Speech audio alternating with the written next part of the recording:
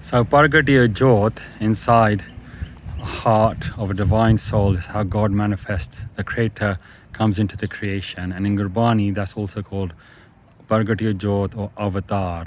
So Guru Nanak Dev Ji is called Avatar, and so some of the gurus were born avatars, like Guru Gobind Singh Ji was already had the Creator in him, or Guru Nanak Dev Ji too, and most of the Bhagats and some of the other gurus, they weren't born as Paragatiya Jyot, they had to do their bandagi. So their life story was about finding a guru, earning the words, becoming nothing, and then God manifested in them. And finding the guru is the key. So how do we go from Ek Onkar Satnam, which is words written on a page, which we've tried to understand intellectually, and now we understand that Creator can come inside someone, that's the highest truth consciousness.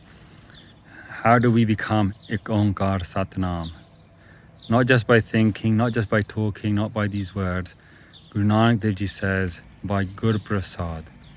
Gur is God, Prasad is grace. By God's grace, or you can say divine power, or you can say eternal blessings. So Guru Nanak Dev Ji's path is so simple, but sometimes I made it so complicated, got so confused, that if you think about it, when I started reading Guru Granth Sahib when I was 18, and I saw this word name, remember the name, remember the name, God's name is truth, name everywhere. But I kept thinking, what is the name and what's the technique?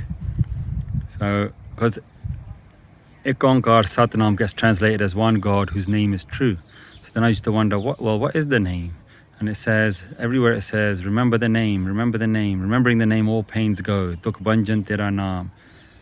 And almost every Shabad says, meditate on the name, Japman Satnam, Sada Satnam, or Har Har Naam, or Ram Naam, or Ram Ka Naam, Gopal, hundreds of names. So which name in particular, and then secondly, how to meditate. So then I was always looking for the name and the technique.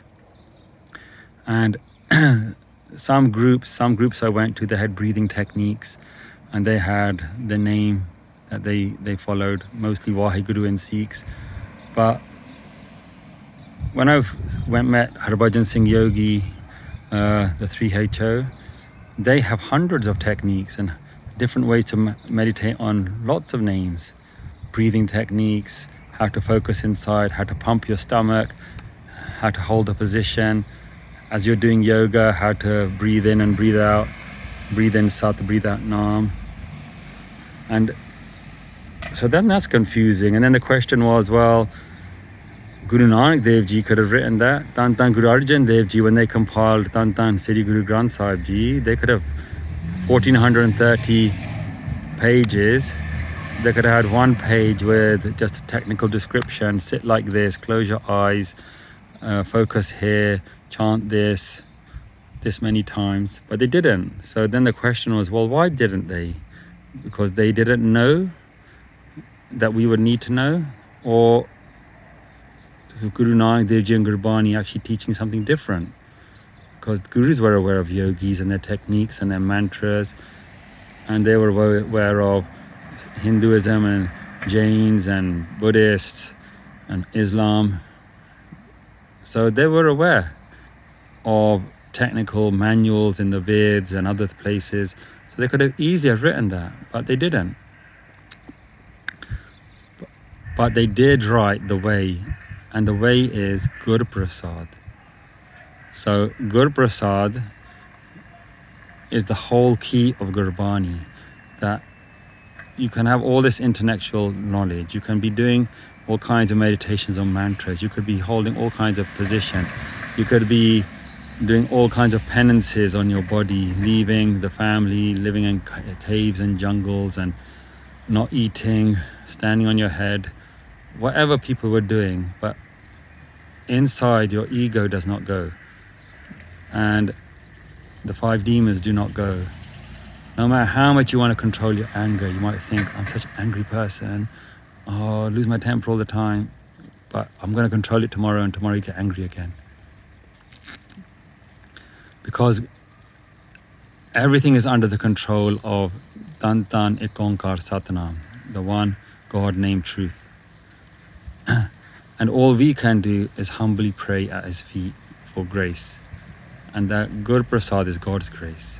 So God's grace is a divine power, and it comes through the heart of someone in whom God has manifested.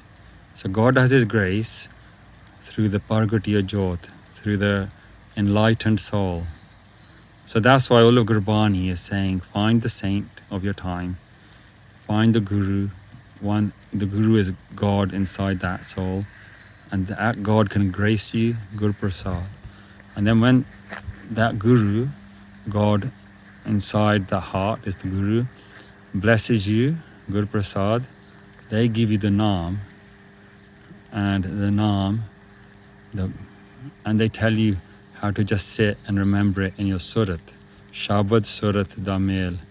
So when Guru Nanak Dev Ji was asked by the yogis, who's your Guru? They said, Shabad Guru, the divine word is the Guru, Surat Tun Chilla, and my inside, my consciousness is the disciple.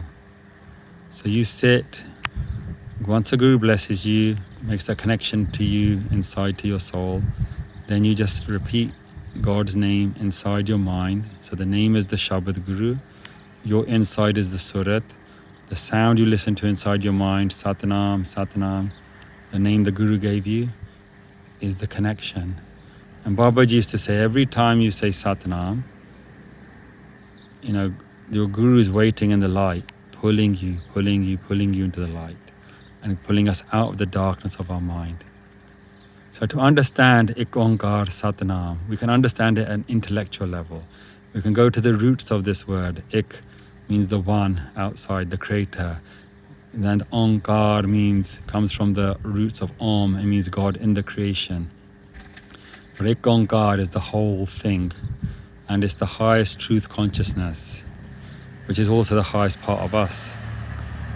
Because like a grain of sand or a drop in the sea, we are part and parcel of this consciousness.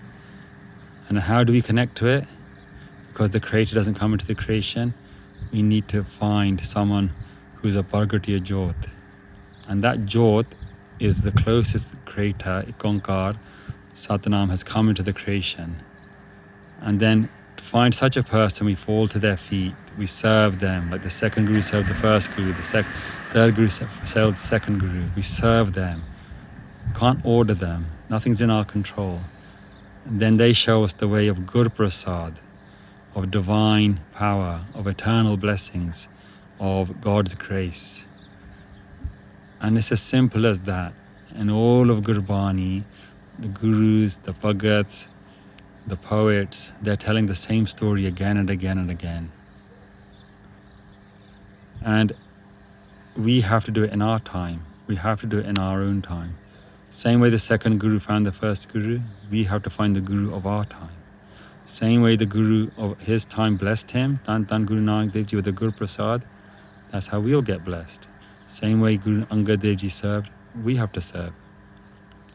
Guru Chella, and then one day the Chella becomes the Guru, and his Chelle come, and the game carries on.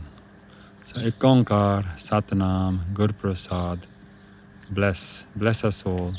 If you haven't got, Dasan Das Ji Babaji says that if you haven't been blessed with the Gur Prasad, pray for it.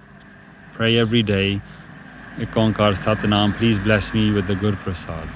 Please bless me with the Sangat of a Satguru in whom you have manifested, who can bless me with the Naam. And if you have been blessed with it, Dasan Das Ji Babaji says, then do 2.5 hours every day. And if you're doing 2.5 hours every day, pray every day for more, longer, because you want to merge into the Ik Onkar Satnam. We just don't want to talk about it intellectually, what it means, get into arguments. Because these Shabads, divine words, came from the heart of Guru Nanak Dev Ji, Tan Tan Sadguru Avatar, Sat Guru Nanak Dev Ji. They came from their heart. Tan Nanak Dedi Vaddi Kamai. They did great spiritual laboring to bring this from Sachkhand, the realm of truth, highest truth consciousness, to this world. And these words are going to take us back where they came from. So bless you all. Bless me, bless all. Tan tan our Sadgurus, tan tan all the Bhagats, all the saints, tan tan Das and Das Ji, whom all this wisdom has been gained from. Bless everyone.